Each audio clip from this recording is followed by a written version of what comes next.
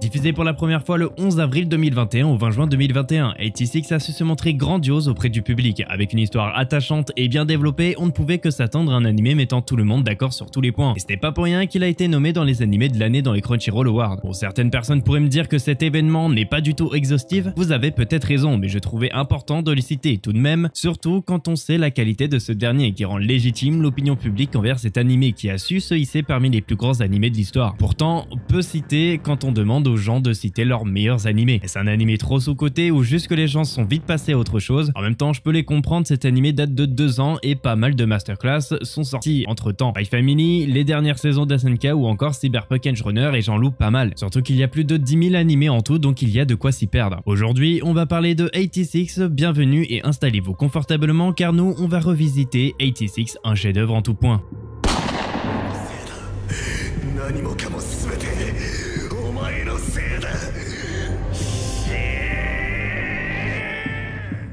D'abord, pour commencer, c'est quoi 86? C'est un animé de guerre mettant avec éloquence l'utilisation de différentes perspectives de sujets tels que la nature brutale de la guerre, du racisme et de l'oppression de telle manière que vous ne pouvez pas vous empêcher d'être absorbé par l'histoire. Nous, on va suivre l'histoire des 86, des humains reniés par la République de San Magnola. Cette dernière est en guerre contre l'Empire Giadian, qui n'a fait aucune victime.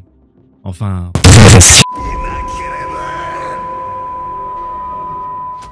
Mais en fait, tout ça, ce n'est que de la propagande, alors que les Albas aux cheveux argentés des 86 secteurs de la République vivent en sécurité derrière ces murs protecteurs. Ceux d'apparence différente sont internés dans une 86e faction secrète. Connus au sein de l'armée sous le nom de 86, ils sont contraints de se battre contre la Légion autonome de l'Empire sous le commandement des handlers républicains. C'est alors que Vladilena Milizé est affectée à l'escadron Spearhead, en remplaçant leur précédent handler. Le problème étant que Vladina Milizé, elle, sait que les 86 comparés jusque-là comme des porcs par toute la République ne le sont pas vraiment. C'est bel et bien des humains en chair et en os. En fait, la seule différence c'est qu'ils n'ont pas les cheveux argentés. Ils sont comme nous, et notre très chère Vladilena Milizé n'est pas très bien appréciée par ses pairs parce qu'elle soutient les 86, elle continue de lutter contre leur discrimination inhumaine. Parmi notre équipe de 86 qui sont littéralement envoyés au casse-pipe, Shinai Nozen est le capitaine de l'escadron Spearhead. Infâme pour être le seul survivant de chaque escadron dans lequel il a été, il insiste pour endosser les noms et les souhaits de ses camarades décédés. C'est pour cela que l'on l'appelle le Shinigami, alias le faucheur en français. C'est alors que des jeunes font la guerre contre des robots plus ou moins. L'éthique des républicains est directement pointée du doigt avec leur devise erronée et raciste.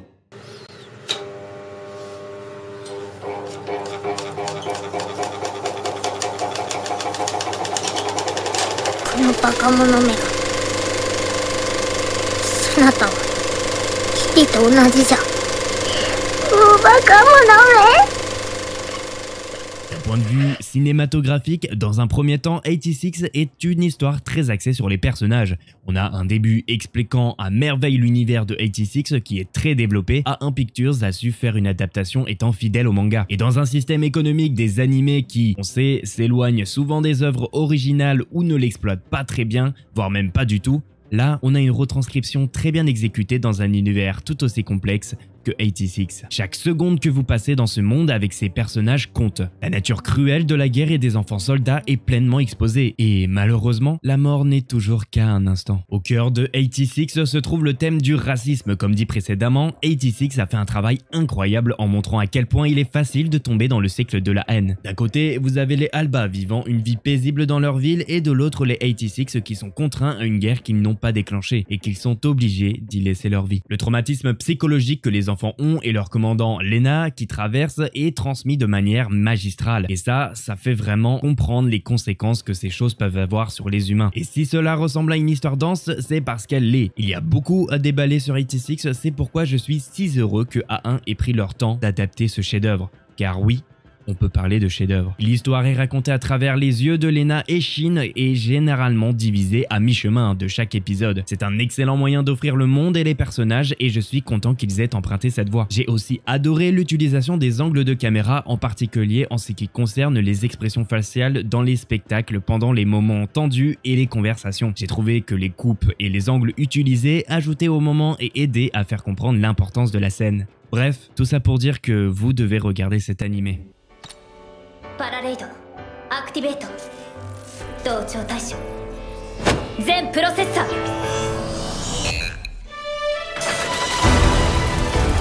同調完了ブラッディ・レジーナより全ての戦線のプロセッサー各位レギオンによる大攻勢が始まりました。85区内での集結と応戦を要請します。国軍本部の人員は対人地雷で除去およびグランミュールのゲート開放を急いでください。全てはこの日のために誇りを守るため最後まで戦いましょう。そなたはその